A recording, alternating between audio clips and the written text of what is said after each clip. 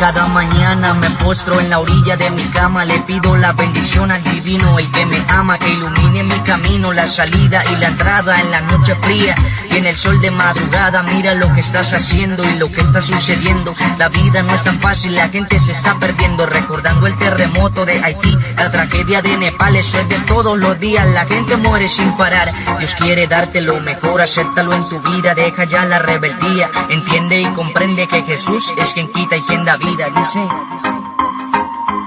la gente dice que falta más dinero e inversión, el Estado dice que falta más educación, pero Cristo dice que lo único que falta es que lo aceptes en tu corazón.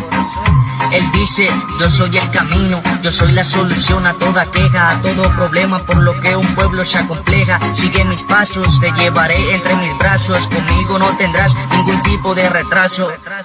Yo soy el divino, el que bajó a la tierra, hizo de hombre, hacer de faro que alumbre todo tu camino.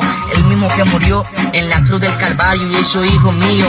Tienes que recordarlo a diario, yo estaré contigo por el resto de tu vida, y si tú estás conmigo jamás te faltará comida. Pídeme con fe y te daré lo que me pidas. Dice, en forma de hombre vengo a decirte lo que Cristo dice, clamor, tolerancia, todo el mundo eso pide, armonía, alegría. Cristo dice poesía, Cristo me da la letra y yo pongo la armonía, palabra sincera, este es el pan de cada día, fortaleza y amistad es lo que Él pedía, respeto y amor es una sola alegría. Pero ¿qué está pasando? Que esto no se ve hoy en día, bro.